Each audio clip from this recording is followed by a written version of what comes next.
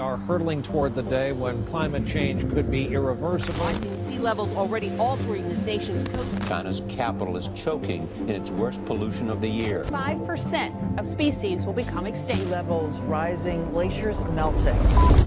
If we do nothing, the picture of the world is one of absolute devastation. There's no convincing scientific evidence for man-made climate change. We're spewing 162 million tons of human-caused global warming pollution into it every single day, as if this is an open sewer. Satellite data demonstrate in the last 17 years, there's been zero warming, none whatsoever. It's why, you remember how it used to be called global warming? And then magically the theory changed to climate change? Sure. The reason is it wasn't warming, but the computer models still say it is, except the satellites show it's not. We are in the beginning of a mass extinction, and all you can talk about is money and fairy tales of eternal economic growth. How dare you? Drill, baby, drill. Drill, baby, drill. You can have the best capitalism and global capitalism in the world, but if people are dead, they're dead. It's over. Enough is enough. The world is at a breaking point. Catastrophic climate change, biosphere collapse, and a global energy crisis have been met with apathy, denial, and despair. It is going to take everything we know and love. Like clockwork, our corporate overlords present us with two untenable options. Submit to an Orwellian itinerary of energy rationing and population control, or ride the status quo into the abyss. Both sides are right, and both sides are wrong, which means both sides are missing a critical piece of the puzzle. Since the early 2000s, we have seen an increasing number of unauthorized and or unidentified aircraft or objects in military-controlled training areas and training ranges and other designated airspace. Some of them appeared to remain stationary in winds aloft, move against the wind, maneuver abruptly, or move at considerable speed without discernible means of propulsion. That's pretty intriguing. I think I would, without discernible means of propulsion, I would say that we're not aware of any adversary that can move an object without discernible means of propulsion. The phrase unidentified flying object is a deliberately obfuscating term. What it really is an alternative energy and propulsion device. This is the real reason for the secrecy. These technologies, if they were disclosed, would end fossil fuels, pollution, and poverty overnight, and usher in a new era of abundance, freedom, and peace. Instead, they have been kept secret for over 100 years. Dr. Stephen Greer, the world's leading expert on UFOs and extraterrestrial intelligence, has been advising presidents and heads of state for 30 years on the urgency of the situation. We don't have much time left.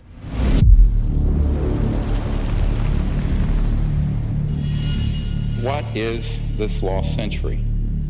This lost century is literally 100 years, more than that now, of technologies that have existed that have vanished. I mean, I was just recently in a meeting in Washington with the people who manage the black budget of the United States. They have no access to this material because between the late 1800s and now, the ingenious inventions and sciences that could have moved us off that extinction level path that we're on have all been ruthlessly suppressed, confiscated. And the only way that's going to change, it is not going to change in Washington. It is not going to change in a large corporation, unlikely. It's going to change by us, the people doing it. So it's about us.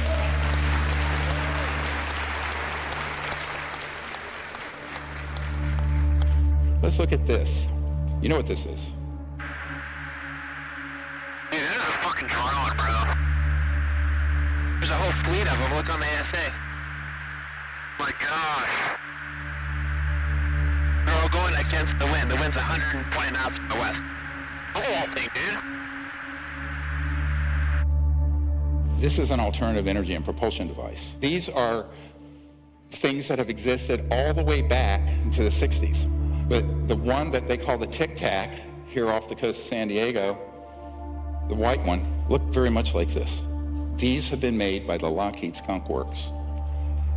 And my favorite letter of all time, the head of the Lockheed Skunk Works, Ben Rich, look at the date on it, 1986.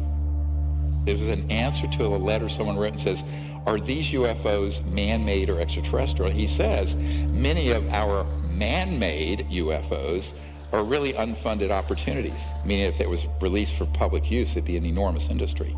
Every meeting I go in Washington, I said, see that thing you guys are all talking about? That's Lockheed Skunk Works. They have left us behind, and everything we see out in our world today is absolutely a construct. It's an absolute construct. The internal combustion engines are obsolete. The nuclear power plants are obsolete. The coal-fired plants are obsolete. We have the wind generators, those are obsolete. The solar power, it's all obsolete. If we could follow the gravity research that the contractors and research institutions have been doing, we could see that bright future as well. So a lot of people say, well, how is this thing moving? There's no fuel on board. There's no nuclear power plant. There's no jets and no rockets. Well, way back in the 40s, Dr. Casimir, he predicted, and later it was proven in the 50s, what's called the zero-point energy field. Zero-point energy, or what Nikola Tesla called radiant energy, is the most profound and transformative gift that the quantum world offers us. The seemingly empty vacuum of space is actually a roiling sea of virtual particles fluctuating in and out of existence, and all those fluctuations require energy. If we could tap into this energy source, we would unlock a virtually unlimited reservoir of clean, free energy. Extraterrestrial spacecraft are known to harness zero-point energy. The U.S. scientists is understanding what this was. It was an energy device that used zero-point energy. That's what they referred it to as zero-point energy. And it was connected in such a manner that this device could power, from a very small flashlight or a very small watch up to a city. And power was determined by what the demand on it was. The implications of free energy go far beyond bringing monthly electric bills to zero or running a car without gasoline. Most of the cost of making anything, from growing food to building a skyscraper, is the energy of pulling raw materials out of the ground, shipping, processing, shipping again, and so on. If the cost of energy goes to zero, the cost of agriculture and manufacturing becomes negligible. Other critical solutions, like water desalination to end drought or air purification, both of which are prohibitively expensive due to energy costs, would suddenly become viable in a free energy paradigm. A new world where humans live in perfect harmony with nature is possible within our lifetimes. But this would mean the end of oil, gas, and coal, as well as the centralized power grid and the global macroeconomic system, which will stop at nothing to protect the hundreds of trillions of dollars at stake. The consequences of keeping all this secret. We are in the process right now of doing something that I've termed planeticide, the deliberate killing of an entire planet with malice aforethought through greed and stupidity and power. All the damage we're going to see in a few minutes, totally avoidable. Every bit of it since the 1920s at least. And we can prove this. I'm afraid that the term planeticide is all too real. The ecocide doesn't really say it. We are in the process of destroying the biosphere, destroying a habitable world for certainly the majority of the animals on the planet. I'm an older guy. I won't be around to see the worst of this, but I have not just trepidation, but terror at what's going to be faced by my son's generation and the generations that come after him. When someone asks me how bad is the crisis, I kind of don't know where to begin. Because what does that even mean? Does it mean what is the threat to humanity? Have we reached some kind of tipping point? There are certain things that get under my skin or that especially alarm me. And one of them is the insect holocaust, for lack of a better word. The precipitous decline in the number of insects, the number of species, the total biomass of insects. A lot of studies put that decline at 80%. When I was a child, when we went on a long drive, especially in the summer, like we'd have to have the windshield wipers on from time to time to clear off the bug splatter. Like you just don't have that anymore. Insects are like the foundation of the terrestrial food chain. Like you can't have a thriving ecosystem without thriving insects. That this is the 6th great extinction that's happening on the planet, and it's 100% man-made, all of it. We have to all awaken, because of what's happened, I think we're like a frog being boiled slowly. And suddenly we're going to wake up and find out, it's too late. 150 species every day go extinct. Now, these aren't all animals, they're all kinds of species. The planet has been dying at human hands for a long time. A naturalist I like, J.B. McKinnon, he calls the world a 10% world as kind of a poetic expression of how much life has declined. So there's maybe 10% of the whales that there were 500 years ago, and the seabirds and the wetlands and the mangrove swamps, and the fish biomass. We don't even know what we have lost, although in some level we feel it. This is part of the despair, part of the alienation and the anguish that sensitive people feel. Ice caps are melting. The oceans are certainly going to rise. They could rise as much as 20 feet if we have the big ones melt. This is all the way back in 1958. And there was a full-page color ad in Life magazine. Everybody was reading Life magazine at the time. And it's by an oil company which was the predecessor of Exxon, which was called Humble. Each day, Humble supplies enough energy to melt 7 million tons of glacier. Here they're bragging about it in 1958. So this company gets rebranded as Exxon in the 1970s. And in July 1977, they have a meeting inside Exxon headquarters where their chief scientist, James Black, is showing slides that are warning that burning fossil fuels are going to eventually endanger all of humanity. They know this in 1977. Present thinking holds that man has a time window of 15 years before the need for hard decisions regarding changes in energy strategies might become critical. Well, those 15 years were up in the early 1990s. Look at this. How long ago was it recognized that this was a disaster? Senior scientist Exxon, 45 years ago. And actually it was known before then. This is insanity. This is a civilization gone mad. These companies have really not been held accountable. We've lived in a fossil fuel economy now for more than 100 years. And it's just been accelerating. The amount of wealth has been increasing. You have situations now where the head of ExxonMobil goes on to become the Secretary of State, Rex Tillerson under President Trump. And I'm an environmentalist. A lot of people don't understand that. I think I know more about the environment than most people. So there is really very little accountability that exists. Many scientists, such as myself, have discovered that there are very concerted, well-oiled machines that provide false information, even to scientific and academic programs. It's called capture, where they try to rationalize away this problem and everything's fine. One company, Exxon alone, has funded more than 40 different groups to keep alive its campaign to deny the worst impacts of climate change. There was a guy named Martin Hoffert, and he's a professor of physics at New York University, a consultant to Exxon for their climate modeling during the 1980s. And he said this: the advertisements that Exxon ran in major newspapers raising doubt about climate change were contradicted by the scientific work we had done and continued to do. Exxon was publicly promoting views that its own scientists knew were wrong, and we knew that because we were the major group working on this. This was immoral and has greatly set back efforts to address climate change. Here's a case where the Canadian government ordered the scientists not to disclose the extent of it.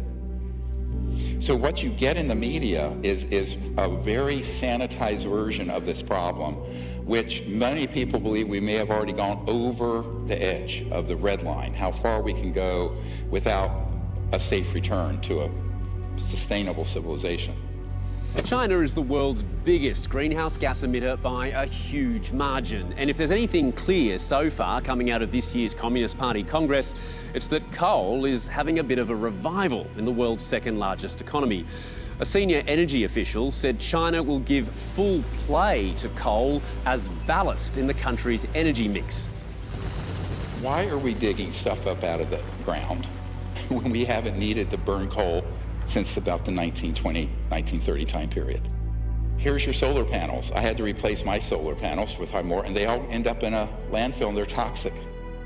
You know, we're working in a paradigm, whether it be fossil fuels or what is being proposed as new energy, that isn't going to work. I'm certainly not opposed to renewable technologies, but you know, they are dependent on weather. They're dependent on how much wind there is in an area, or they're able to harness of the sun. And they cost an awful lot to bring up to speed. No environmentalist wants to see vast landscapes converted to biofuels, or pit mines to mine silver and cobalt and lithium, wind turbines that kill birds and mar the landscape. This isn't what we signed up for. But this is what happens when we abdicate our relational care for every place and ecosystem and being on Earth and transfer that onto yet another quantitative cost-benefit paradigm. And you have lithium fields. The amount of pollution from these lithium mining operations for lithium-ion batteries in your Tesla, not to mention they catch fire periodically. Now, fair enough, I'm an emergency and trauma doctor. Gasoline cars catch fire more. I can tell you some horror stories, which I'm sure you don't want to hear. And then we have this whole morass of how we're living, you know, on wires that we haven't needed. And so the entire system is set up to benefit a relatively small number of global oligarchs and financial interests that we absolutely have to say enough. They've had 150 years to do this. If we want to live among other life in the future and not in a concrete hellscape where we retreat into virtual worlds to compensate for the loss of what is alive, then we have to change our ways. And we have to start acting from our care for life. Most of you know that there are these nanoparticulate plastics that are in the entire food chain. They cause cancer, they disrupt hormones, they damage your brain. And why? Well, if we had quote-unquote free energy systems from what we're going to describe as zero-point energy field, you would never have to have anything wasted because you have 100% recycling because the cost of the energy would be zero. And then we have all these famines happening around the world because of the absolute social injustice of a system that is driven by greed and scarce resources. When, as Tesla pointed out, there's an infinite amount of energy to be tapped in what has now been quantified as the zero-point energy field. How do you tap it? Now, mainstream science says it can't be tapped. It's there theoretically. Not true. And you're going to find out how untrue that is. International Panel on Climate Change, which issues annual reports about the dire state of things that we're facing. It says in their latest report that over the next decade alone, between 32 million and 130-some million people are going to be driven into poverty because of the changing climate in their countries. 3 billion people, almost half the world's population, has no way to cook their food. They have no way to heat. But what they're doing, they have to survive, is cutting down the rainforest and cutting down the scrub and shrubs in the desert. And you have what's called desertification, where you have the growth of deserts going on exponentially. You can take maps from 40 years ago and now and just see the growth of this dead zone. Why? You have 3 billion people that don't even have, even if they had access to fossil fuels, they don't have access. This is how they're living. It's not only that 3 billion people don't have access to energy sources, it's also that their way of life is under constant assault by our own, primarily through the financial system that imposes debt through development loans and other mechanisms on most of the world, who then must, in order to meet the debt payments, must convert their environment into commodities and their time and energy into labor for the global marketplace. So if you don't include those kinds of issues, and you're only talking about let's bring more energy to the world so that we can raise them up to be like ourselves. Come on, it's not working. Being like ourselves is not working. Look at the depression, look at the suicide, look at the addiction, look at the obesity, look at the despair. This is not a fit destination to evangelize throughout the world. We need some humility here. The dire emergency in East Africa, the drought there exacerbating the hunger crisis. As many as 20 million people could be starving by the middle of this year, half of them children. I firmly believe there can be no peace on this planet without justice. And there can be no justice when half the population of the world is required to live in abject poverty. It's a direct result of the world's energy system. So I always liken this, we're living in this sort of the Truman Show. It's a perfect metaphor for the world we're living in now where, the people who are saying we need more oil, gas, and coal until we get something to replace it, they're right. Look what's happening all over the world. On the other hand, the people who say we can't just keep drill, baby, drill and burning oil and gas and coal because we're destroying the biosphere. And they're right. Now, when both sides are right and both sides are wrong, someone's been had. We've been had by people who want to deceive us and think that we're actually having a legitimate debate about energy and the environment. We are not. We're all Jim Carrey living in this Truman Show of a construct. So everyone's saying, well, we don't have enough fossil fuels coming out, and the density of energy from solar and wind isn't enough, so let's build more of these. Well, then you're stuck with 1 million years of toxic, life-killing waste from nuclear reactors. Greenhouse gas emissions would only decrease, according to a recent study, by 4% if we double the amount of energy that we're getting from nuclear power by 2050. Well, that's not a very good statistic to think about. Most people think when nuclear power plant is running that you're somehow getting energy from the atom directly. No. What you're doing is splitting the atom, as it were, creating a lot of heat that boils water, heats water, it turns a steam engine, like a choo-choo train in 1849 coming out to the gold rush in California.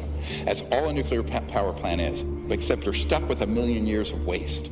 And this is the other problem. The distribution of the power from the point that you have the primary source, by the time you generate it, transmit it through the inefficient transmission lines, and then you're wiring in your device or your home, you've lost at least 66%. So 66% of the energy is completely wasted.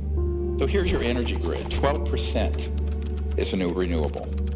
The rest is the old system. So if you plug in your electric car, 88% of the power is coming from gas and oil and coal.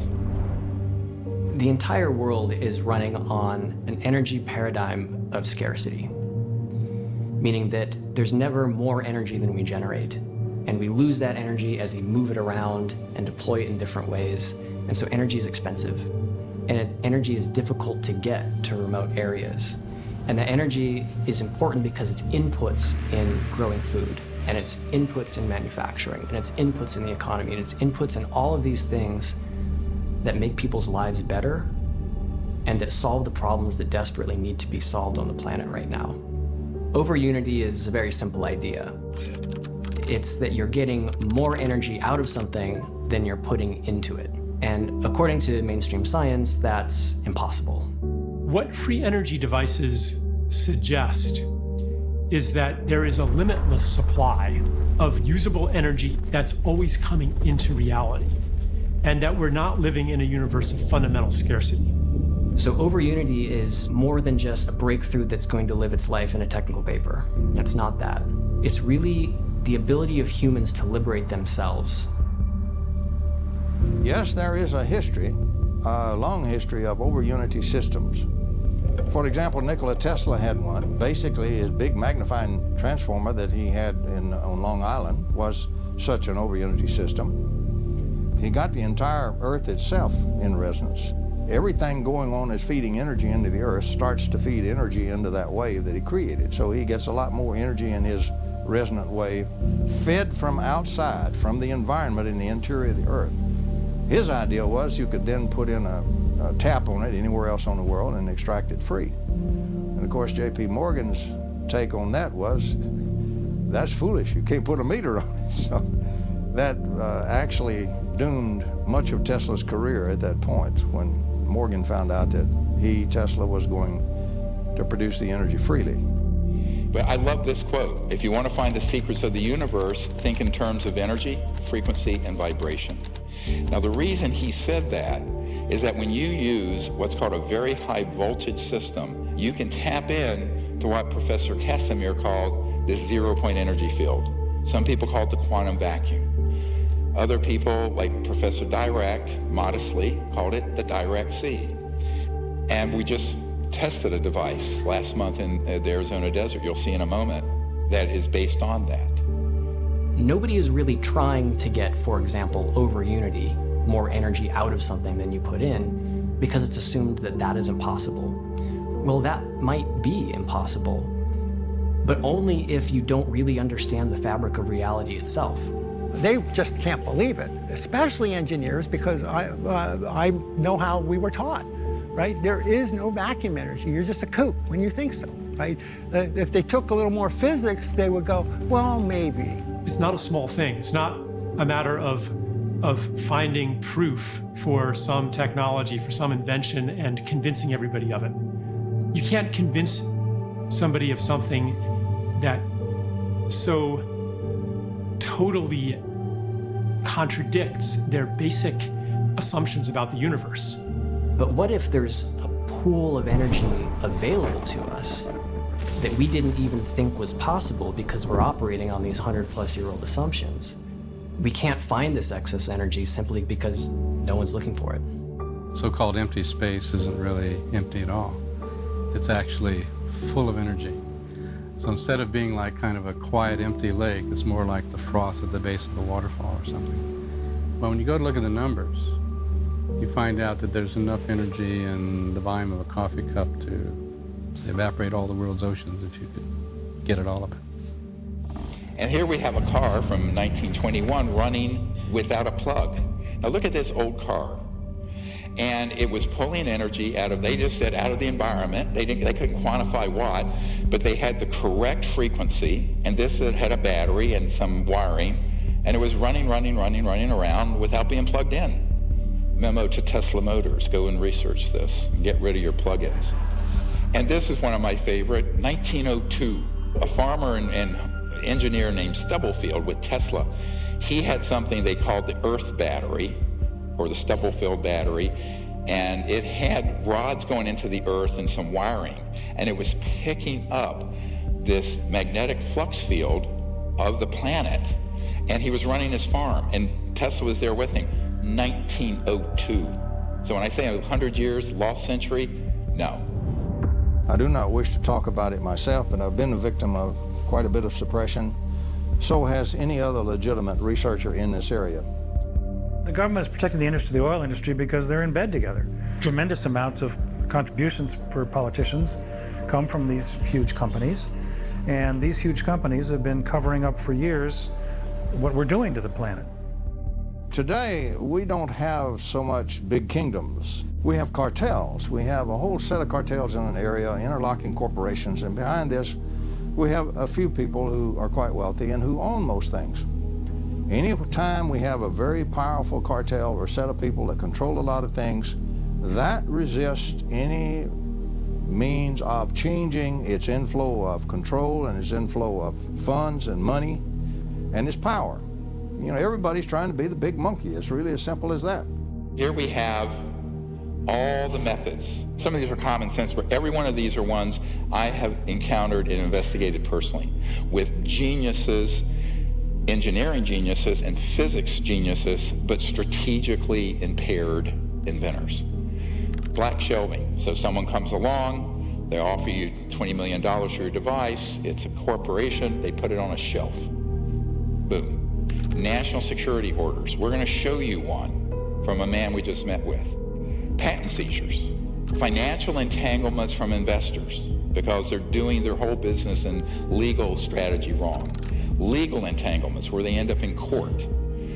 Threats to the individuals. I had a guy under contract building one. All you had to do is have some thugs come in and say, you, your wife, you're dead, you stop this. And he stopped. And then scientific fraud. The more powerful the agency, the more powerful the group, the more powerful the cartel, the more they will resort not only to legal means, but to extra legal means to suppress their competition. For example, the greatest espionage in the world is industrial espionage between one corporation and another right here in America. They're the ones that hire all the spies and the spooky equipment and everything like that by far more than the intel agents do. And it's not one cartel, so there are many, many groups in energy, and each of those has become very powerful in its own area, and each one does not wish to see simple little electrical taps pulling out enormous energy from the vacuum. They would much rather see you burning a lot more oil and so forth. So there's something nefarious afoot. It kind of makes sense from, right, I'm threatening an oil monopoly and things like that. I said pretty early on, the problem is suppression. It wasn't really, how do I make a free energy machine? It's, how do I not get suppressed? Because what's the point? If you make it, you're just going to get clobbered. And then you have a really big one, media corruption. Well, why doesn't everyone in the world know these things have existed? Because, as you'll see in a little bit, the media at a certain high level have operatives from the intelligence community who kill stories on demand. And then the worst, of course, wet works. It's not totally mafia type stuff. It's not like, you just flat get shot. There's some of that. The typical threat to the family, right? It's a typical mafia, right? It's not, just watch The Godfather, see how they work, right? There's an interesting record of people that have come up with new alternatives to the oil and gas industry who have met untimely demises. I don't know if you'd say that's true in terms of Nikola Tesla specifically, but he was hit by a taxi cab back in the early 1930s and didn't die immediately, but then died alone in a hospital room a few years later. When they found out that Tesla had passed away in the Hotel New Yorker, they came in, they had the manager of the hotel open the safe, and they took all of Tesla's papers. So here you have an actual FBI document, and the Department of Defense is demanding they turn over what they seized in 1943. Now, this used to be an urban myth. Oh, well, he had these secret inventions and papers, and the government stole it. No, it's right here. That technology and what was in those boxes, what was written in those papers, we do not know, and we may not ever know.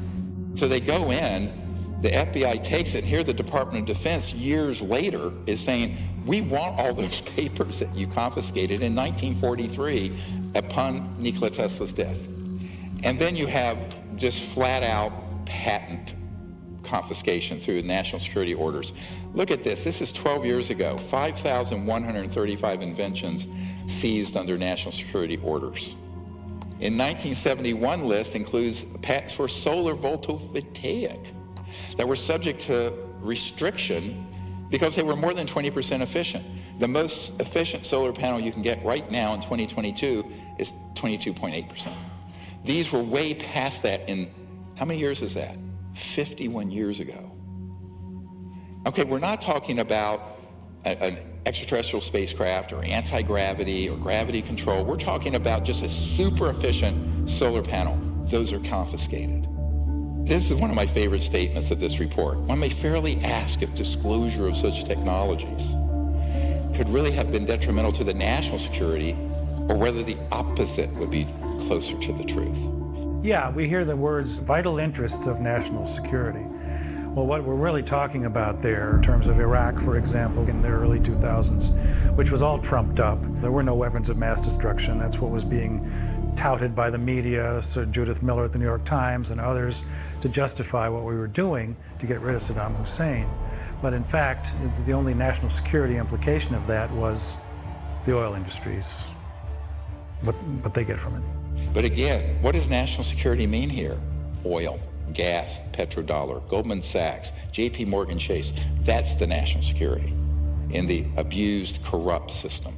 It's a policy that the military seems to feel is necessary for national security.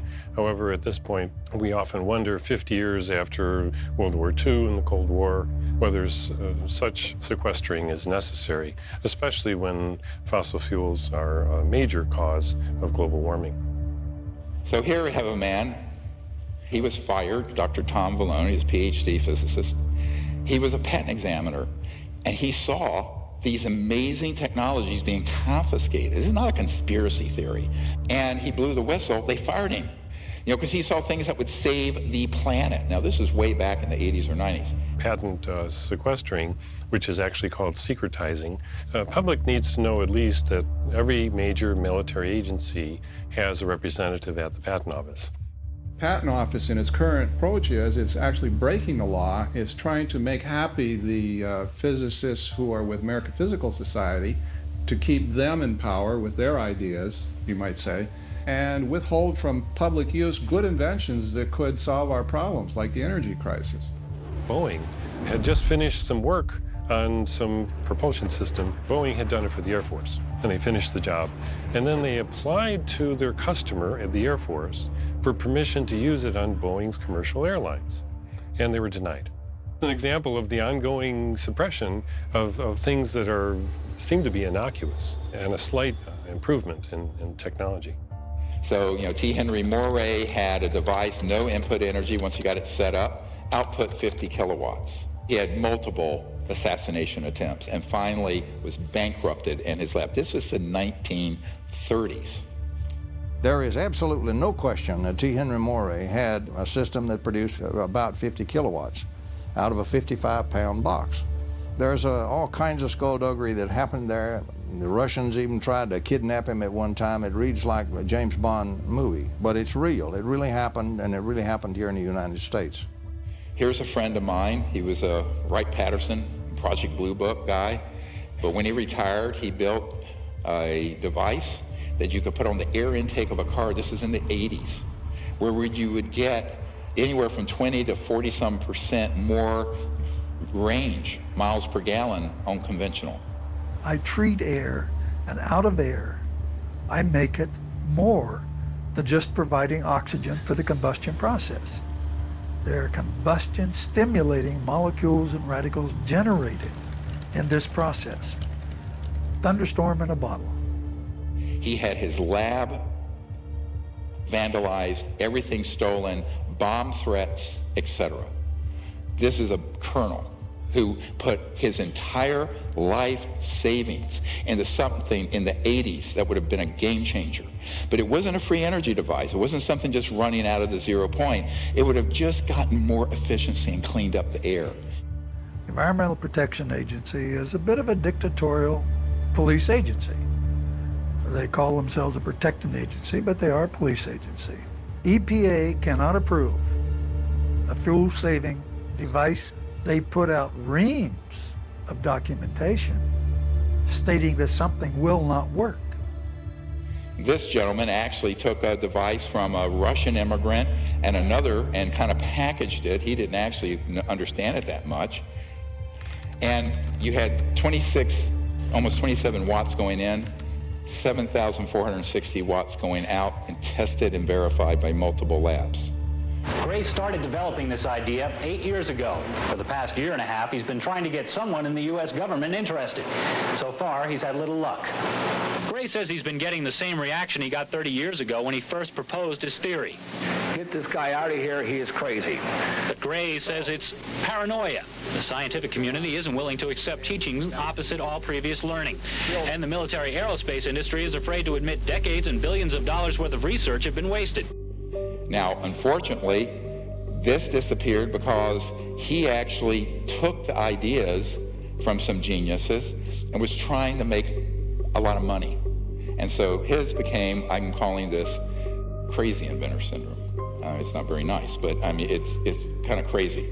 And here's why it's crazy. They think I have the best thing since sliced bread, and the world's going to be the path to my door.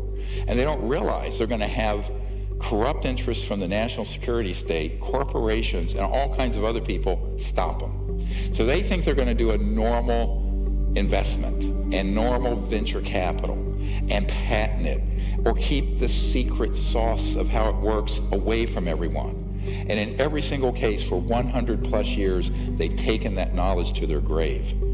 You've seen The Paranoid Inventor, plenty of stories on those guys.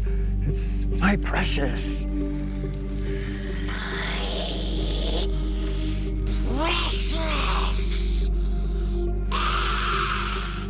I can't share my secret.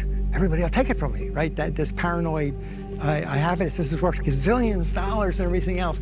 And they're so naive, they have no idea. At first, they think they're the first, right? Have no idea the history of this and what happens to the others. So, having done that for 31 years now, I have been dealing with people with these devices since 1991. Almost all of them fall into some part of this syndrome, and it's a tragedy. You'll see the device, I'll have engineers come in and test it, they go, oh no, I'm gonna keep it secret, nobody can know but me, and I need to make a bunch of money, they wanna be the next Rockefeller of energy, and the next thing you know, they're dead, or the device is confiscated, or it vanishes in a buyout. So this guy had the same problem. He had a device, they have it there, still running, but they think that no one can know this but them. They're buying into the paranoia. My answer is open source it, dump it on the internet, blockchain, or any way you can. You have no patent, no intellectual property. The whole world knows about it, and every scientific lab in the world can reproduce it. We're going to get to this strategy in a minute. That's how we go. We got to do that.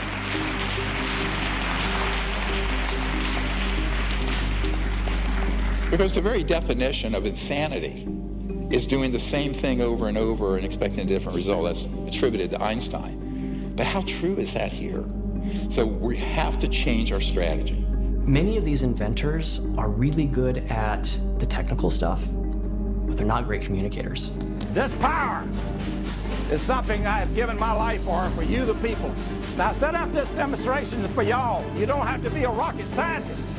They're not good at business. They're not. Like, God can make technical geniuses and he can make business savvy people, but rarely do the two come together in one person. This story is fascinating because he had a tiny, you know what 17 watts is? Like a 20 watt light bulb. It was putting out 200 watts, 10 to 15 times more output than input. And this is in the 80s, this is 40 years ago.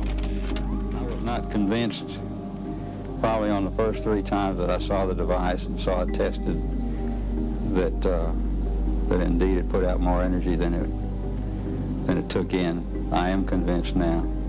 I was a little bit prejudiced, and like all people that come up with devices like this, you think they're wrong, and so you go down to prove them wrong if you're that interested. And I was not able to prove him wrong, nor were the people that I was with able to prove him wrong. And here's what happened. He kept the whole thing so secret. It was going through a patenting process, but even the patent application left out a lot of the secret sauce. Most of these inventors do this. Fatal mistake. And what happened is that it was all covered up, that he actually was taken to court. Patent office said, even though he had proof that it worked from multiple very esteemed scientists, patent examiners, that proved that the thing actually did as he said it did, and he got nowhere. He took this to his grave. Look at this video that you're going to see in a moment. Mr. Newman has been fighting for a patent for years. Many, therefore, considered it ironic when a federal judge appointed the former head of the patent office, William Schuyler, to decide if Newman's device did or did not work. Mr. Schuyler, who is also considered to be an expert on electrical engineering, didn't take long to make his decision. In a report of the special master, Mr. Schuyler states, evidence before the court is overwhelming that Newman has built and tested a prototype of his invention in which the output energy exceeds the external input energy. Therefore, there is no contradictory factual evidence. For the layman, that means the machine works. The expert then goes on to say, the Patent Office finding that such a machine is impossible is clearly erroneous. Mr. Schuyler also found that the Patent Office intentionally did not consider the formalities of Mr. Newman's application for a patent. Why wouldn't you go along, again, with a master that's former head of the patent office, who has credentials that the judge called outstanding? Why wouldn't you go along with the man that you recommended in granting a patent? You ask mean questions, don't you? I think you'd have to address that question to our present commissioner. Are you acting on his orders? You might say that, yes. There you go. Operability or utility is a rejection that virtually none of the patent examiners, and there's almost 5,000 of us, were allowed to use in any of our applications. The supervisor particularly always said that, oh, that's something only if you're dealing with energy inventions. So what we find is that throughout the patent office, that rejection for something that we personally would feel would not be operable was not a judgment we were allowed to make, except if we're in that security department that deals with energy and propulsion types of inventions. Here we have a brilliant device, again, almost 40 years ago. Look at the input and output. Test it over and over again. 0.3 milliwatts, output 223,000 watts. That's 22.4 kilowatts. That's plenty to run your car, your Tesla motor. Now, continuously output if needed on demand. So this little thing that looks like a cigarette pack, when he died, under mysterious, they said a heart attack, it's all kinds of evidence he was killed. This is real, usable power. It's stable. It is not transient. It is not noise. And it is not any other kind of spurious effect. This is a real effect. It's all coming from that little tiny box sitting behind the 500 watts of power. Behind the lamps, that little box is putting out all of that power, well over 500 watts, and yet it is receiving less than 1/3 of a milliwatt of input power. This is April the 30th, 1987, at about 10:30 p.m.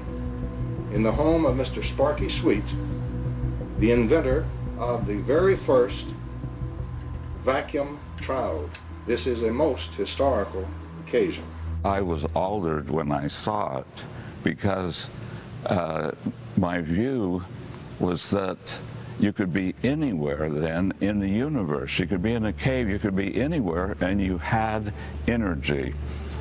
This was overwhelming to think that I could have energy and the whole world could have energy.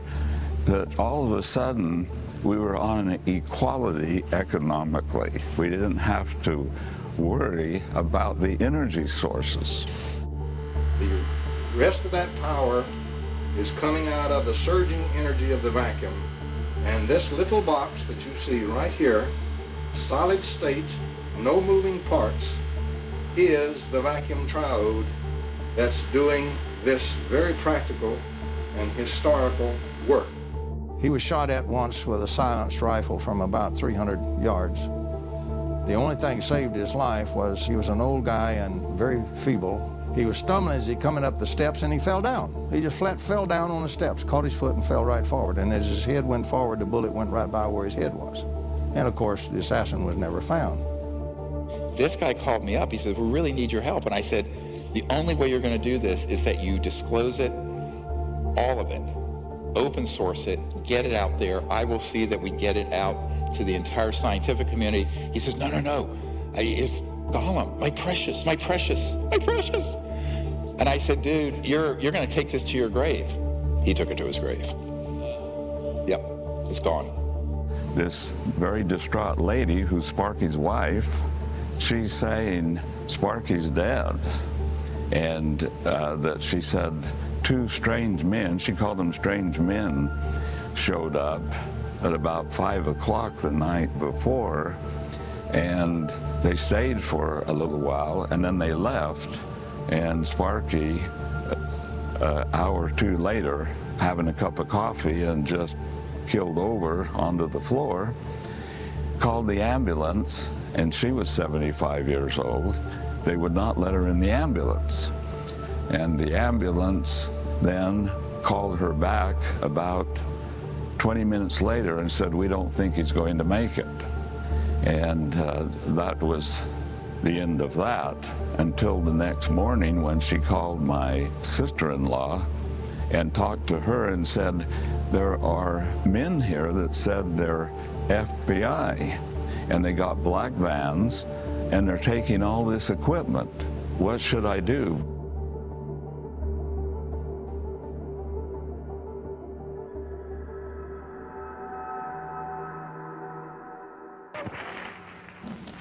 Good afternoon and welcome to this edition of Eyewitness Newsmakers. I'm your host, Doug Miller. On March the 23rd, chemists Stanley Pons and Martin Fleischmann rocked the world of science. They announced that they had achieved cold fusion in their laboratory at the University of Utah. The promise of a cheap and a plentiful energy supply grabbed the world's attention. It didn't put out a lot of power, but what was scary is that this is 1989. It made the, cover of all the magazines. The way they took that avenue of discovery out of the scientific world is that there were people who were paid, who were corrupted through scientific fraud at MIT. Next slide. Dr. Eugene Maloff, dear friend of mine, PhD, Harvard and MIT, brilliant man. There was a man named Eugene Maloff who it's quite possible was eliminated by the powers that be in the fossil fuel industry. He died in 2004. He was murdered that year. But Maloff was an extremely important figure in the alternative energy world, especially in terms of what's called cold fusion. And he was at MIT in the science office for education when he saw how they had changed the data on the reproducing the Pons-Fleischmann experiment. And he blew the whistle. I inadvertently was looking through some piles of paper that had been given to me in a casual manner by all these hot fusion physicists as they were trying to do their calorimetric repeat of the Pons-Fleischmann experiment. And to my utter astonishment, I can remember sitting at my desk in my study and actually seeing these two sheets of paper, one dated July 10th, 1989, and another dated July 13th, 3 days apart. The difference between July 10th and 13th was dramatic, and I was stunned. I couldn't believe what I was seeing. It looked like monkey business to me at the time, and it has turned out to be exactly that. It was a lower echelon person in the Plasma Fusion Center at MIT, one of the 16 authors of a scientific paper done under Department of Energy contract that had altered data.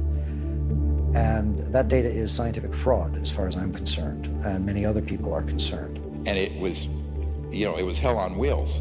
Finally get someone who brings him a 0-point device, solid state, no moving parts. And I said, Gene, we need to get this out to the public very quickly. Oh no, they want to keep it secret. I begged him and I begged him and I begged him and I begged him. He was beaten to death when he was over at his parents' home and was killed, murdered, made to look like some thugs. They were thugs, but it wasn't a random murder. And the device vanished with him. Good friend of mine, dear friend. What we really had was a threat to the scientific establishment.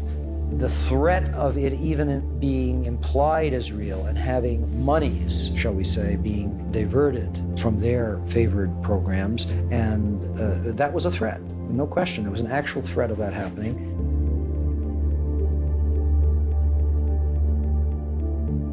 U.S. scientists making a huge breakthrough. A source tells CNN that for the first time ever, researchers have been able to create energy from a fusion reaction.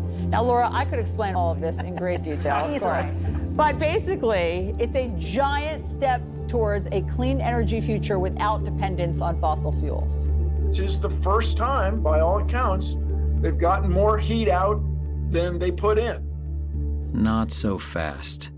This supposed breakthrough, announced just as we were finishing this film, is a total distraction.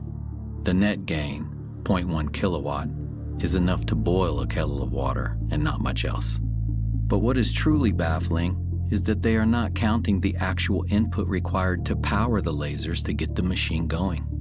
When you count the energy it took to generate the fusion reaction, it's actually a 1,200 times net loss. Furthermore, fusion reactions can generate heat in excess of 3 million degrees, which would ignite the oxygen in the surrounding air if a breach ever occurred. Everything about this is, at best, wrong, at worst, fraudulent. So why is this fake solution being pushed by every media outlet on the planet, when we have had real solutions hidden in classified programs for 100 years? Different people have different devices. Of the ones that have promise, there's certain themes that keep re-emerging. The first theme is torsion physics. Torsion physics is a fancy way of saying something that spins like this and something that spins like this. Think of it as like an hourglass shape. I think that it has to do with it representing the way energy moves in the universe. At the biggest levels, like the galaxy, it's a spiral. A tornado on Earth is this vortex motion. Our DNA is a stranded spiral. A second theme is plasma. A lightning bolt is plasma, right? The spark gap in a car is plasma. So plasma is the fourth state of matter. Solid water is ice. Add more energy, it melts and becomes water. Add more energy, it becomes steam. And then if you were to add even more energy, say through running an electric current through that steam or through any gas, you end up with plasma. You can think of it as maybe this liminal state or in-between state between the physical world and the non-physical world, whatever that is. There's some evidence emerging that plasma can provide a shielding of inertia. So if you imagine that you're a UFO and you need to zip around at crazy speeds, you can't pump the brakes too fast, otherwise everyone's going to slam into the windshield, right? But if you had some sort of inertial shield around the craft, i.e. like a plasma shield, you might be able to eliminate the inertia surrounding that and keep the occupants safe. I think this is why the UFOs seem to glow. Plasma glows. A third theme is that of the ether. The conventional or mainstream understanding of the base level of reality is maybe the quantum sea, tiniest particles all bumping into each other. The ether conceives of this differently. It says that there's a kind of a fluid geometry that is the base layer of physical reality, and that to understand that fluid geometry is to be able to really understand electricity, magnetism, and gravity. And this, according to Tesla and others, is the key to really understanding what he was getting at with all of his wireless transmission of energy stuff. But I believe that we're going to see something like a return of the ether. It won't be called that, but it'll be something like that that's going to enable us to make much more progress in these areas in the coming century. This gentleman, he had a car that would run on water, but it had to be modified. A local inventor has discovered a way, hear this, to use water to run your car. It's a major breakthrough that will no doubt make motorists happy. And as Ralph Robinson explains, the Pentagon is also showing lots of interest in this project. And he always kept that secret. He had a patent that he falsified the voltage and the frequency, cycles per second, because he didn't want anyone to reproduce it and leapfrog him financially. Again, this crazy inventor syndrome. And what happened, and when he passed away, there was a whole warehouse full of floppy disks and papers and everything, and his heirs wanted to sell it off. What people didn't realize is that this car was the least important thing Stan Meyer had. He had a toroid, and the toroid was a donut-shaped electromagnetic device that had had a national security order slapped on it. Because I was going to get it and openly disclose it. But though the scientific establishment may have ignored the likes of Meyer, the powerful military-industrial complex certainly hasn't. Over the past 10 years, Meyer says he's been quietly approached by many influential organizations who would never admit publicly to their involvement with him. This was a disaster. If we had a few $100,000 we were going to offer, but we made it clear we were going to open source it. Well, they had a group, an engineering group from Michigan come in who had a lot more money because they had a big backer. And they were going to monetize it, keep it secret, try to repatent it, all the usual crazy ideas, which would be great if you're just developing a new software program, but not something that's going to change the world forever. Can't do it. They were working on a couple years. I get this hysterical call. He says, Dr. Greer, we need your help. We need your help. He says, they're on the run for their lives. They've been sabotaged. They've had death threats. And my advice was, forget about Gollum and be in my ring, and my precious ring. In this case, it was literally a precious ring. Just put it out there. I will help spread it. We will build these up independently, have labs test it, and you cannot put that toothpaste back in the tube. You squeeze it hard enough. He says, yes, you're right. It's probably the only way, but they think they can find a safe country to go to. I said, you're going to have to go to another star system, my friend. I literally said that. No way that's going to happen. So sure enough, I find out a few months later, I'm meeting with a high-tech guy in Orange County. That entire team was assassinated. The one survived. It was just crying like a baby in this man's office. Technology shows that we can release energy up to beyond 2.5 million barrels of oil per gallon of water and do it safely. So it gives us the ability to not only sustain and maintain the economies of the world, but also give us the abilities to handle the environmental pollution problems at the same time. This sort of encapsulates, 5 or 10 of the suppression techniques, all the way from murder to crazy inventor syndrome, falsifying your patent, trying to make money first instead of proving the science first, etc. And of course, he took this to his grave. He was poisoned and killed at a Cracker Barrel. An ignominious death, if ever I heard one. Stan Meyer's water engine points us to a deeper mystery concerning energy in our universe: microscopic ball lightning. The late physicist Ken Shoulders developed a technology called charge clusters, which are likened to ball lightning.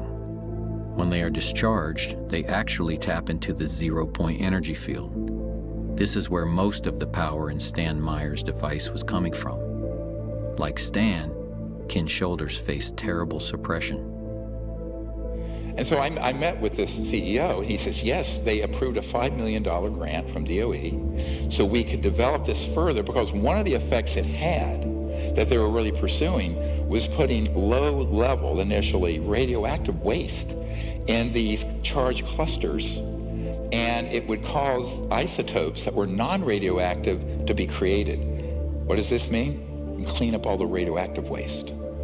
However, the phenomenon, the reason it was doing it was that it was actually activating, as it were, this baseline energy field that's at the fabric of space and time. And that's what they didn't want out. So in the rarest of events, that grant was published, and these vicious people who want to keep all this stuff secret went into the Secretary of Energy's office and said, pull that grant. And they pulled it. Another technology to harness the power of ball lightning is being developed by a team of engineers in Florida. They have successfully tested several prototypes that allow any internal combustion engine to run mostly on water.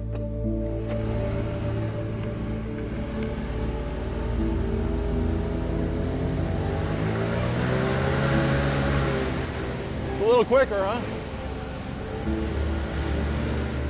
This is a phenomenal system, patented, but it runs internal combustion engines on water with a little bit of gasoline in it so you don't have to modify the engine. It won't rust. What this means is, with Stan Meyer, you really had to have a different kind of engine and spark plug and all that. This conventional spark plug engine, all of it, because it has enough of the lubricant and oil in it that it won't just freeze up the engine. And this is really what he's doing. Stan Meyer, this device, and many of the others, Ken Shoulders charge clusters, they're creating these small microscopic ball lightnings that when they discharge are tapping into that zero-point energy field and creating the motive force. Boom! That's why the concussion from the thunderclap is so huge. There's a huge amount of energy, and it's actually sourced from the vacuum energy. All the dots connected. This is what's happening, right? So we need to make the thunderclap engine. Many times breakthroughs are made because the inventor or the scientist was inspired by looking at nature. The same systems and the same mechanisms that exist in nature that you can see can also exist in the devices that you build. So by trying to mimic that, you can tap into the intelligence that nature has already shown you when it comes to being efficient with the energy transmission mechanisms. Another current technology was recently investigated by Dr. Greer and his engineering team at an undisclosed location in the Arizona desert. 1, 2, 3, 4, 5, 6 magnesium alloy specially configured plates. This thing's the size of a nice-sized shoebox. The circuitry you see on the right is a misdirect because the guy has crazy inventor syndrome and thinks he can keep it secret and make $1 trillion. You don't interfere with the big, powerful people. You don't put them out of business. They're still in business. They still have those 50-year leases on the lines and all the power transformers. You'd be able to get one of my power plants, just replace a coal-fired plant, you know. But it wouldn't be big news or anything because I'm just selling the electricity to them, okay? And then they're going to say, wow, we're making more money at this plant than we are the others. So they're going to put them around, you see? They're not going to let me in. They're going to fight me tooth and nail. But I'm going to be very sneaky about it. This thing, for 3 years, had been sitting in this near a chicken coop in his backyard out in the desert, putting out 3 kilowatts of power continuously, and we cranked it up to 5 kilowatts. No input power. And it's running off the magnetic flux of the space around it that he can tune to any place on the earth so it's correct, and boom. This thing, solid state, no moving parts. We just saw this. But he's a textbook case of making every wrong decision. Tried to patent it. Well, you'll see in a moment what happened. He ended up getting put in prison for a week. He has had sabotage, death threats, murder of people around him. Yeah, I spent 8 days in that jail. When I went before the court, the judge said, come here, Doug. And he says, read this. You sign it, you go home. You don't sign it, you go to jail. And all it was is I will not ever in my lifetime, ever, through me or anyone else, if anybody else was manufacturing these, I'll go to jail. And here's the secrecy order he was slapped with. But look at the date. 1984. It's almost 40 years ago. So you're doing the same thing, patent office. People think this is a myth. No, here's a secrecy order. See, so I don't want to go through that again. It scared my family and everybody. So now what we're going to do, we're going to be very quiet. I'm going to build my 1 megawatt. It'll take 2.5 years to build it. Because it's very complicated. I gotta acclimate it to the earth. Technologies like this and countless others will never see the light of day without a radically new strategy. Dr. Greer is preparing to launch a multi-centered, state-of-the-art research and development lab that will develop zero-point energy technology, live streaming 24/7 for security and transparency. All research results, data, and plans would be released to the world open source, freely available to the public and the scientific community. This will require broad public support to make this a reality. With this strategy, zero-point energy is achievable, but it is only half of what has been suppressed. Now we get into the really cool stuff. Look at the dates. 1919, Pakowski-Frost experiment, where they actually had high-frequency systems where things levitated, defying gravity. And then T. Townsend Brown, and he had very high-voltage systems, electrogravitic, they call it, where high voltage would cause this lift effect and would actually create, if you will, a bubble, an electromagnetic field that would allow an object to move at enormous speeds and free of the forces of gravity, what's called gravity control. An Office of Naval Research report on T. Townsend Brown's electrogravity device includes a transcript of a conversation between Major General V.E. Bertrandius and Lieutenant General H.A. Craig. Bertrandius remarks, "It sounds terribly screwy, but Friday I went down to a place called the Townsend Brown Foundation, and believe it or not, I saw a model of a flying saucer." Townsend Brown was an independent experimenter, and he actually worked on, as you can see, very large replications of saucers that he believed were vital for a different type of propulsion. The big question is, can I prove this? This I consider to be a very serious Rosetta Stone. This is Young Men magazine. The article is titled, "The G Engines Are Coming." By far the most potent source of energy is gravity. Using it as power, future aircraft will attain the speed of light. Now, in this article, they give you the names, they give you the time frame, they give you the dates, they give you the defense contractors, universities, and research centers that are actively pursuing cracking the gravity barrier. They talk about the Lear Corporation, the Sperry Rand Corporation, the Bell Aircraft Corporation, all trying desperately to crack the gravity barrier. And it's clear from the eyewitness testimony, they've done it. And then we have Michael Schratt to thank for this, great archivist and historian. And he's found these journals that date from the 50s, one, 1956, where the big buzz in the aerospace industry was anti-gravity, quote unquote, the G engines, gravity engines. And this was actually in the open literature until they figured out how it really works and it all went black. Now, where did they get the technology? This was an interesting crash retrieval. This is prior to Roswell. This is November 1946. This was seen by a courier who went to Wright-Patterson Air Force Base, and he had a guard, an MP who he was friends with. And this guard said, "You know what? I got something I want to show you." So he brought him into this facility at Wright-Patterson Air Force Base, and there was this craft sitting there. And this little red dot that I have here shows you the attempted point of entry. They were using a diamond-tipped drill bit to try to get into this craft. So the question is, if this is one of ours, why would they be trying to get into this? So is this the beginning origin point of a reverse engineering program? You know, some of the UFO crash retrieval material, we've looked at it and we found that the materials used are very strange.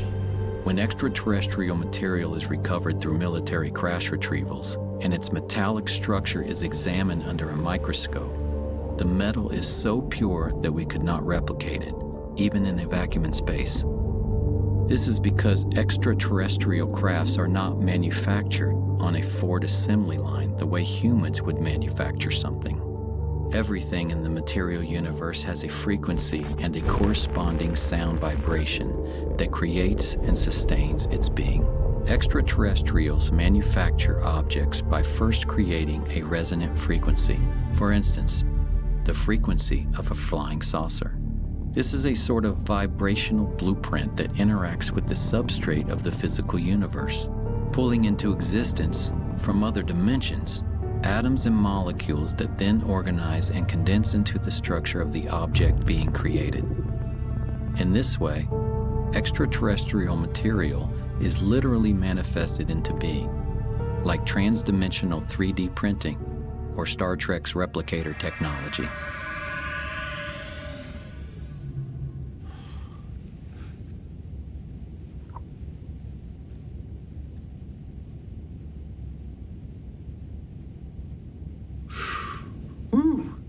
Moving on to 1963. This is a Marine. He was called from Cherry Point, North Carolina, to an undisclosed location, and his job was to guard something there. And when he got to this facility, they opened up these doors, and he saw, propped up on scaffolding, this 40-foot diameter dish-shaped craft that looked like a fat hamburger. It was about 15 feet tall. he noticed that there was a white circle painted on the floor, and his job was to shoot to kill anyone who would try to breach that circle. They were trying 3 ways to get into this craft. Number 1 was a diamond tip drill bit. So we've got 2 cases of this now. Number 2 was an acetylene torch. That failed. And then the final attempt was bringing in 2 18-wheeler tractor-trailer lowboy trucks that had these very high-voltage generating devices, and they were using a laser to get into this craft. In a previously unreleased interview with aerospace designer Brad Sorensen, Sorensen describes a secret air show that took place at Norton Air Force Base on November 12th of 1988. A classified military exhibit in which so-called alien reproduction vehicles were unveiled. The craft were hovering off the floor with no landing gear underneath and nothing supporting it from above. When asked, where did they get these concepts from, Sorensen states, they said they copied it. By the way, these went all through the solar system. The components, Mercury era, 1959 to 1960s, early 60s. So these were operational. When did we master gravity control, where these were being functionally built by classified projects here on Earth, not extraterrestrial? October 1954. So here we are, riding on the surface of the roads in cars belching out garbage and pollution. When I say a lost century, it really is. They were already working on these programs as early as 1948. During the Clinton administration, they were spending $100 million a day on black budget programs. The big question is, has this been integrated into the aerospace industry? And if we look at what the witnesses are reporting, they're reporting similar things across time, across dates, locations. Now this is March 23rd, 1966. This is Temple, Oklahoma. Primary eyewitness name is Eddie Laxon. He was an electrical engineer. He was working at Sheppard Air Force Base, so he's commuting to work. It's about 5:06 in the morning, and I want to stress that this is not my case. This is an actual United States Air Force Project Blue Book case, and it can be verified through Project Blue Book. So he's going to work in the morning, and all of a sudden, something is blocking the road in front of him. And he notices something that looks all the world like a tipped-over bowling pin. It's about 75 feet across. On the starboard side of the craft that you see here, there was an air stair cutout door and a man. I want to stress this was a man, this is not an alien. He was wearing 2-piece green military fatigues. He had a baseball cap with the bill turned up, and he was shining a flashlight near the bottom of the steps. Above this air stair door, there was an interesting stinger or spire that tapered back and swept back to the end of the vehicle, and at the end of this spire, there was about an 8-inch diameter sphere, and that's interesting because I keep getting reports from the eyewitnesses of spheres and balls and protrusions and prongs sticking out of these UFOs. And if you look at what the eyewitnesses are describing to us, and you look and examine high voltage electrical equipment, it's a match. I believe I can make a case that the components that people are seeing on these UFOs are off-the-shelf high voltage electrical components. When this gentleman, who was this military green fatigue gentleman, when he noticed that he was being watched by Eddie Laxon, he scurried up this ladder, he slammed this door shut, and then there was a high-pitched drilling noise. This craft levitated off the ground and then took off like a spark on a grinding wheel and made no sonic boom whatsoever. This is back in 1966. Rockets are obsolete. Solid rockets are obsolete. Jets are obsolete.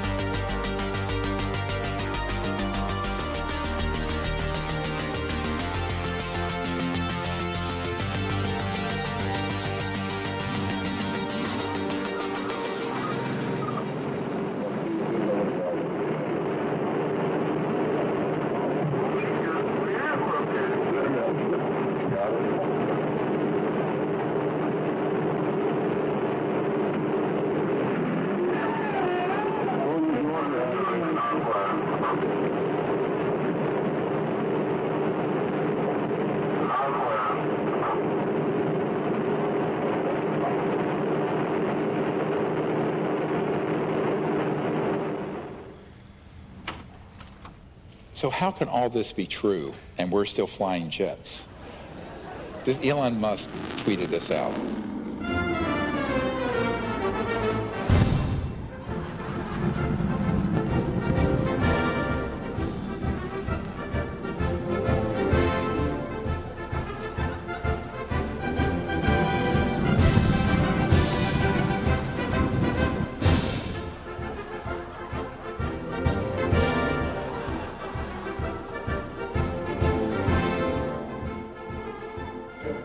That's all very comical.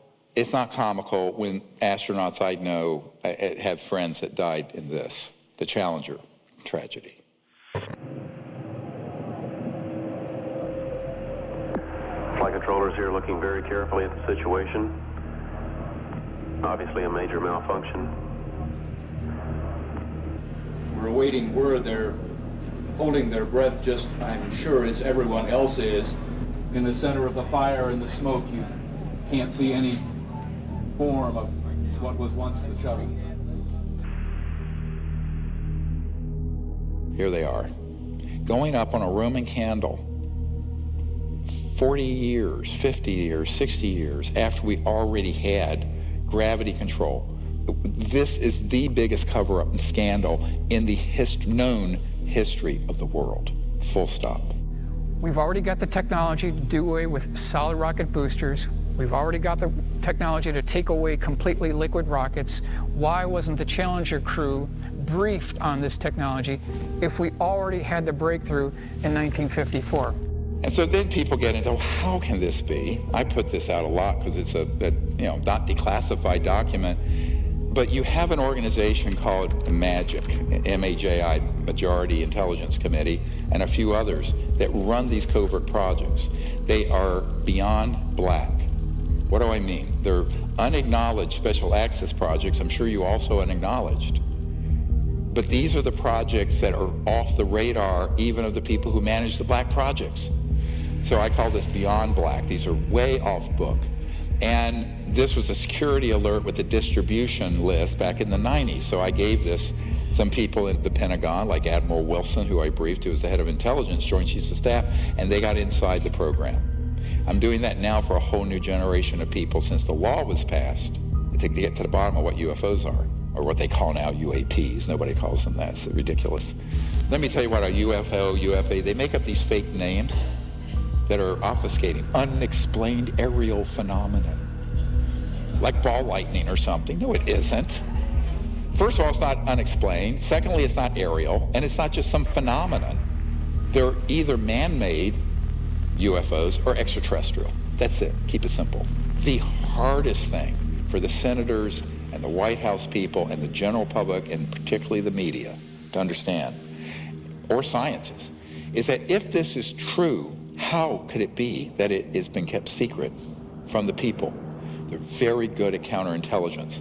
So it's structured, as Eisenhower warned us, beware the military-industrial complex. In the councils of government, we must guard against the acquisition of unwarranted influence, whether sought or unsought, by the military-industrial complex. A very strong warning of what he saw coming, because he'd been living with it for 8 years. The CIA was only created in 1947, and the Pentagon and its generals were, gaining much more power and as the nuclear age progressed. And Eisenhower saw it. The combination of military power with industry. If you think about what the industrial part is of the military-industrial complex, the industrial is basically the fossil fuel giants and the chemical companies and the now increasingly the pharmaceutical companies that are running rampant and increasing their wealth by astronomical proportions. This is just the value of the raw materials. Look at these numbers, $150 trillion in oil. That's actually an underestimate now. 40 trillion in coal, $1 trillion in uranium. But that's just the raw. When you multiplier effect, when you take it from there to retail and creating the energy, it's many more hundreds of trillions. And that's what's being protected along with the Bretton Woods petrodollar, where they decided to make the dollar the reserve currency of the world, but it's called the petrodollar. So the entire macroeconomic, global economic system is sitting on a crumbling foundation of the energy system we use. And it's going to have to be transitioned. It should have happened 100 years ago. Now we're out of time. The malefactors of great wealth, as Teddy Roosevelt once warned us about. Writing the laws, you know, paying politicians to write the laws that they want. Why is that happening? Robert Kennedy Jr. wrote the introduction to both editions of my recent book, which was Horsemen of the Apocalypse Became Climate in Crisis in its most recent version. And he said this, which I think is quite apropos to what I've been talking about today. They work together in lockstep, coordinated by Capitol Hill trade associations, lobbying firms, captive agencies, and paid-off politicians to increase authoritarian control, to transform all of us into mindless consumers, to shift middle-class wealth to billionaire plutocrats, and to liquidate our Purple Mountain majesties and our entire planet. They have declared war on democracy and personal freedom. A shadowy government with its own Air Force, its own Navy, its own fundraising mechanism, and the ability to pursue its own ideas of the national interest, free from all checks and balances, and free from the law itself. So get your mind around this. There is the government, constitutional government of the United States. And then there's this other secret government operation, which has more money, more power, more technology.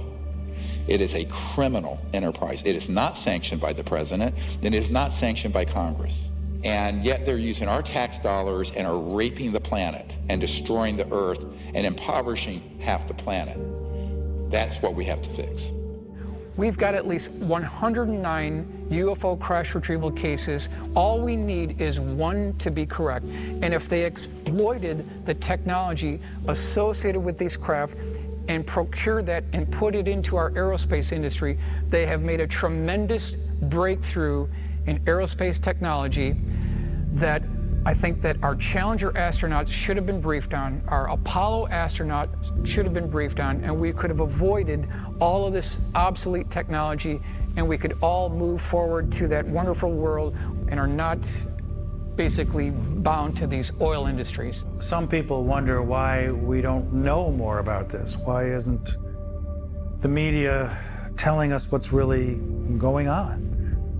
We have about 15 billionaires and 6 corporations controlling 90% of the media in the United States. We've got AT&T, Comcast, Walt Disney Company, National Amusements, that includes Viacom and CBS News, and Fox Corporation. They rely on advertising revenue, and that's going to mean they're towing a certain line. This is a CIA document. It was released. I was surprised it was released, and it says that we have relationship with every major wire service, newspaper, news weekly, and television network in the nation. In many instances, we have persuaded reporters to postpone, change, hold, or scrap stories that could have adversely affected national security interests or jeopardized sources and methods. Here's another part of your Truman Show everyone's been forced to live in. The idea that we have a free press or that we have a free market economy. Pray tell any economist in here, I challenge you, how do we have a free market if the most important scientific breakthroughs of the last 100 years have been ruthlessly confiscated, people murdered, and kept off the market? No, it's a controlled economy. It's a controlled media. It's an abomination, and it's killing the planet. There were days when I wished I had never seen free energy. The amount of pain that you wake up at 3 o'clock in the morning because you can't do anything, and you know that pollution can be cleaned up, and everyone is on the same economic basis. And because you're powering everything with the free energy, you can do really what the philosopher Joseph Campbell said. He said to seek after your bliss. And I think that free energy does it. And so what do? Well, the current paradigm we just went through, the new would be unlimited abundance, no poverty in 20 years. There would be no poverty on Earth in 20 years with these technologies. Universal peace, because you're not fighting over everything now. And Earth in harmony with humanity and the biosphere restored. It's important to realize that the technology that is required to heal Earth already exists and has existed for a long time. That the problem is not fundamentally technological. If we came into coherence around the goal of healing Earth, we could do it in 5 years because the capacity of life to heal is just incredible. But we're just in the way of it all the time. I mean, even look what happens if you stop paving over a parking lot. In 5 years, cracks appear, weeds are growing out of it. In 15 years, you see chunks of pavement here and there, and trees are growing. In 50 years, you don't even know a parking lot was ever there. In order to maintain Earth in a state of ugliness and unlife requires constant effort because the power of life to live is so strong. That's what life wants to do, it wants to live. We only make 100 million cars a year. If we converted like that, which is not going to happen, all manufacturing of automobiles to these zero-point energy generators, it would take, do the math, 15 years.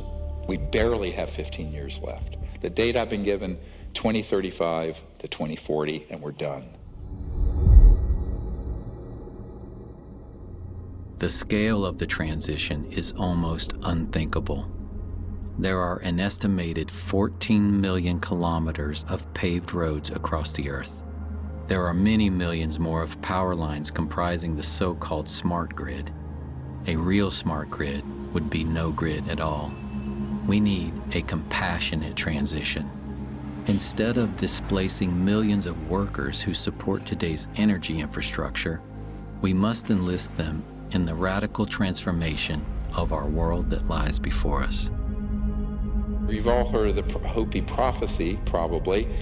There are two lines on the Hopi prophecy. Right now, our entire planet is on the line, the upper line that terminates. We're an extinction level event trajectory. That's the path we're on. There's another line in the Hopi prophecies, and that's one that we have to jump onto that goes on and on forever. That's our choice. We, the people, have to choose it. It is not going to be done for you like a Ouija board in Washington or at Wall Street. We're going to have to unite and do this ourselves. You can imagine a civilization that has figured out the over-unity question as being one in which the centralization of power, and therefore the centralization of the inputs necessary for the growth of civilization, becomes more decentralized. So rather than these power stations that are clustered around big cities, you can have energy generation mechanisms in every home. And this is why it's a new world, because it's the power to the people. And what it means, it's literally not just electric power and energy, but actual political power. And in the industrial era, from the 1800s to now, it's gotten more and more concentrated. This is going to return the power to every village and every person. Even the deserts shall bloom, as it says in the Bible. And in Africa and around the world, they're going to leapfrog past where we are with all this electricity and wiring and power lines and power plants like they did telephones. They went straight to cell. But this is a bigger leap where all over the world, all these impoverished areas, every little village and community will have its own energy generator for pulling water out of the humidity of the air. We have the technology to do that now. Why isn't it used? Because it uses a lot of electricity, which is polluting and expensive. It'll be a global village, all interconnected, but also all self-sufficient. Complete local self-sufficiency with no pollution. That's the world we could have had beginning in the 20s. 100 years later, may I suggest we accept it. It's time. We are 100 years behind where we should be right now. Why are we still pounding metal nails into boards to build houses? Why are we still loading up shipping containers on tankers and taking 2 months to get here? This is all a construct. And why I call this a time snap? A time snap is when things have gone so far off track. The only way to fix it is for the people to unite and come up with a totally different strategy where in a decade to 2 decades, we make up for 100 years. It can happen. And, you know, if nothing else, humans do want to survive. But this is now a survival question for every man, woman, and child on the earth. So that's why we have to do this. We have to remember also that the capacity for life to heal is almost unlimited. And we see this already with people who are restoring ecosystems and regenerating farmland. You know, even in a few years, miracles happen. You know, springs that had been dead for generations come back to life. Species that hadn't been seen in the area seemingly magically reappear. And so we can't forget that. We can't succumb to a despair that is founded in our distrust of the power of life itself, which again is part of the origin of our current condition. Visualize your house off the grid, clean energy, no wiring. Why? Because every device, whether it's this size device or your refrigerator, will have a small solid state quantum vacuum 0-point energy device in it, running it. So there's no electromagnetic fields running through your house because you don't need wiring. Think what that'll do to construction costs and the simplicity of it. And here we are in the Sahara Desert, and you want to grow food? You create a biosphere dome. It's run on free, clean energy, as we've demonstrated. You're growing oranges. You can grow crops. You can have different zones in it for different temperature and humidity control. So anywhere on the planet that you need to have foods, it could be done under controlled circumstances, digitally automated, but with no cost for the energy and the water, virtually none. What that means is the food scarcity and starvation we're facing, that goes away very quickly in a 20-year period. Here's your typical street in your neighborhood, anywhere in the world. And as we bring these technologies out, the grid comes down. We don't need it anymore. When there's a snowstorm or hurricane or whatever, you don't lose power because you're not dependent on a grid that's going to be torn down by ice and snow and wind. You don't need wires. All these wires, it's a clutter of wires. You don't need them because every device will have its own source of energy. This could have been done decades ago.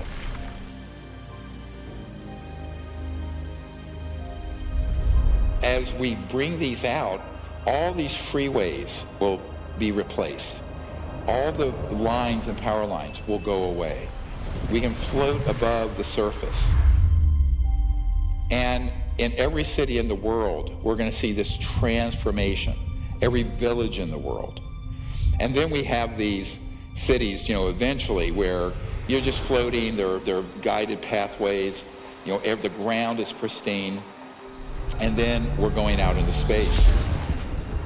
So everyone remember where our destiny is. Our destiny is not just Earth, it's the whole cosmos.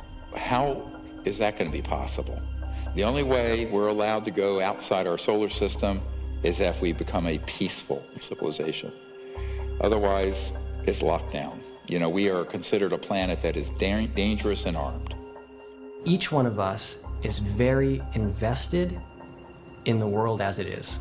We've built careers, relationships, and goals based on a world that doesn't include ETs and anti-gravity and free energy and healing devices and all this cool, abundant stuff. And so we need to understand and really know if we are ready for that investment to be disrupted. So one of the most powerful things that any of us can do is to look in our own hearts, imagine the world that could be, and ask ourselves, are we ready for that? If the answer is yes, then hold that readiness in your heart in all the excitement that it's due. If the answer is no, if there are some lingering doubts or fears or concerns, then go into that. Follow that. That's an important thread that you can follow back to something inside of you that needs attention. It's that obstacle that may be keeping us from living in this new world. At Rendlesham Forest, in the Air Force Base in 1980, a roughly pyramid-shaped craft landed. You've all heard this account probably, but I'll recount it for you, and the part that's classified you don't know. There were these kind of luminous beings that literally teleported, floated outside this black pyramid and communicated with these Air Force officers. And the ET said, "We are your descendants who have become interstellar, but we are from 500,000 years in the future. And we are now here." They basically materialized, time traveled to 1980 because this was a covert nuclear weapons facility that, if that had been disclosed, could have triggered World War III. And saying, you've got to stop doing this. If you stay on this path, we, your children's children's children's children, 20,000 years into the future, we won't exist. That was 42 years ago. So they have been warning these civilizations from other star systems. Some of them are our descendants, not all, but some are. The key thing to remember here is that the fact that that happened is a message of great hope. It means that there is a chance, a good chance, if we reach into our higher consciousness and we go forward with a strategy that isn't based on materialism and greed. This is a massive undertaking, my friends, but I'm convinced we can do it, but we have to completely rethink how we live, how we act, and the whole business model of what we're doing. And if we do that, here's the world we're going to have. We will be remembered as the generation that pulled ourselves off the extinction line of the Hopi prophecy and moved on to the one that goes on forever.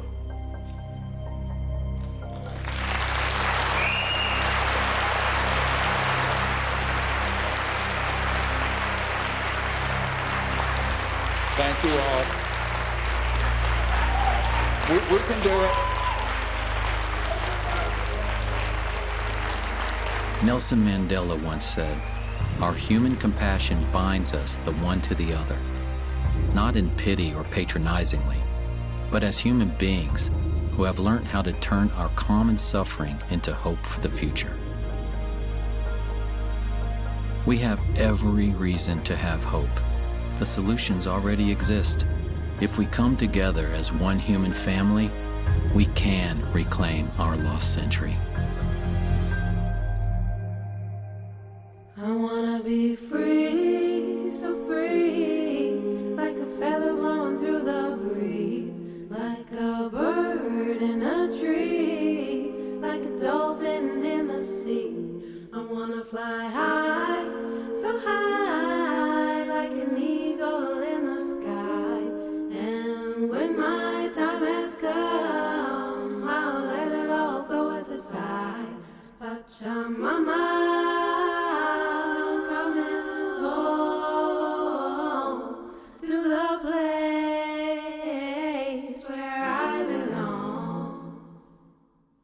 Pachamama, coming home to the place where I belong. I wanna be free, be me, be the only being that I see, not to rise and not to fall, be at one with love and all. There is no high, no low,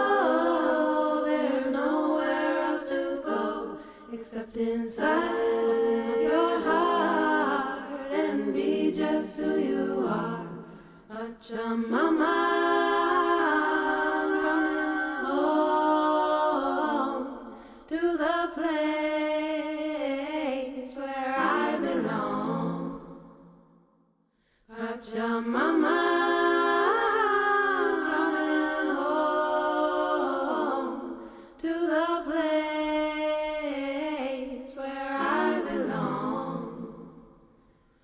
Pachamama, coming home to the place where I belong. Pachamama.